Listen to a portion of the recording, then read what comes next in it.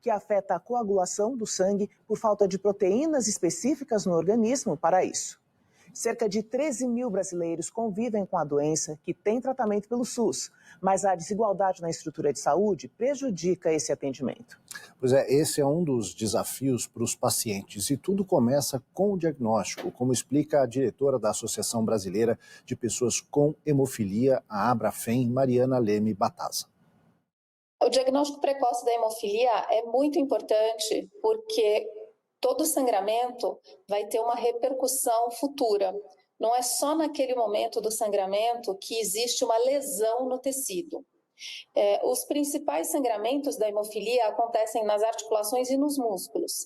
E se esses sangramentos não forem tratados corretamente, isso vai causar uma degeneração articular, né, que é progressiva, irreversível e que, por sua vez, vai favorecer com que novos sangramentos aconteçam na mesma articulação. E também tem o caso dos sangramentos mais graves, que podem ser fatais. E quais são os sinais de alerta?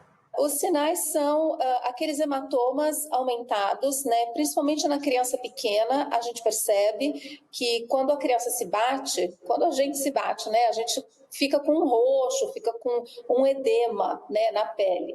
A criança que tem hemofilia, esse edema é muito mais pronunciado, ele é muito maior do que das outras crianças e realmente chama atenção.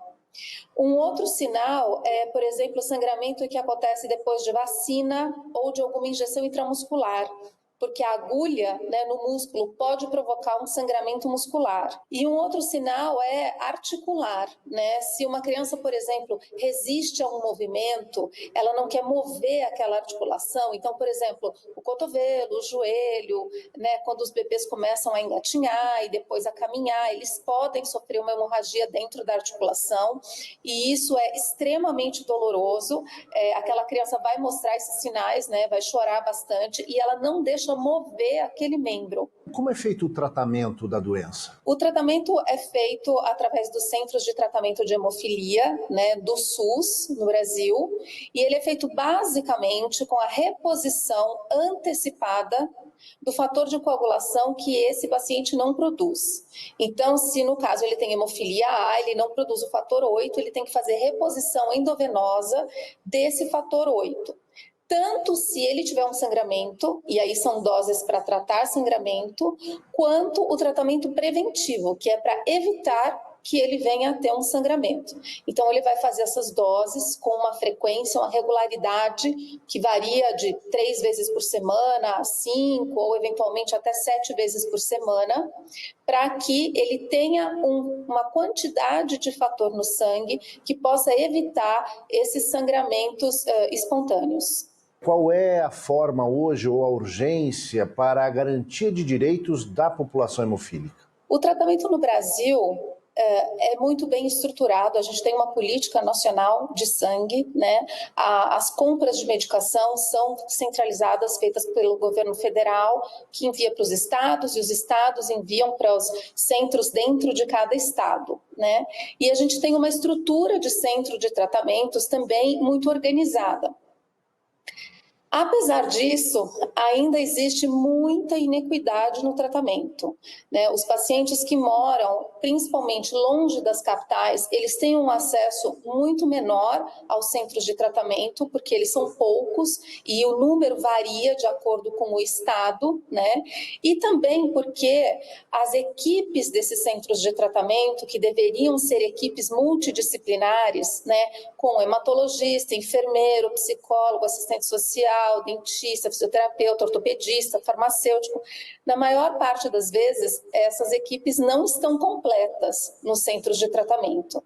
Os hemocentros coordenadores, que são os que ficam nas capitais dos estados, são os mais bem providos. Mas ainda assim, muitos deles não têm todos os profissionais da equipe.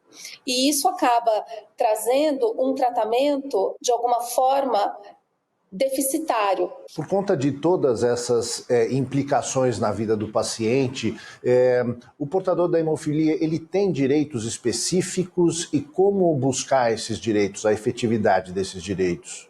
A hemofilia por si só, ela não dá nenhum direito específico diferenciado. Mas as sequelas que os sangramentos da hemofilia trazem para a vida do paciente, sim.